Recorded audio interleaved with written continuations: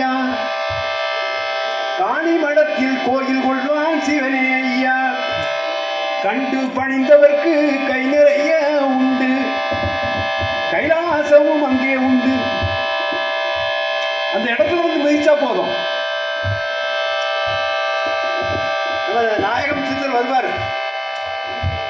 ஒரு நாள்ல நம்ம டாக்டர் சுரேஷ் மாதவன் சொன்னது போல பல ஆண்டுகளாக இந்த பச்சை வேட்டி சாமி யாரு அப்படின்னு கேட்பாங்க.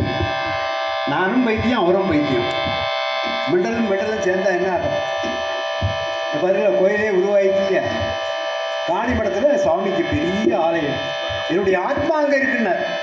அப்படிப்பட்ட அந்த வரலாறு தான் சொல்லிக்கிட்டு இருக்கேன். அதனால எல்லோரும் பக்தி சிரத்தையோடு கேளுங்க. எல்லாருக்கும் கர்ம வேலை பின்னால் கட்டி போட்டிருக்கு. கொலை, கொள்ளை, சீட்டிங், வட்டி கொடுப்பு எல்லாம் முதல் ஜென்மாவில் நடந்திருக்கு.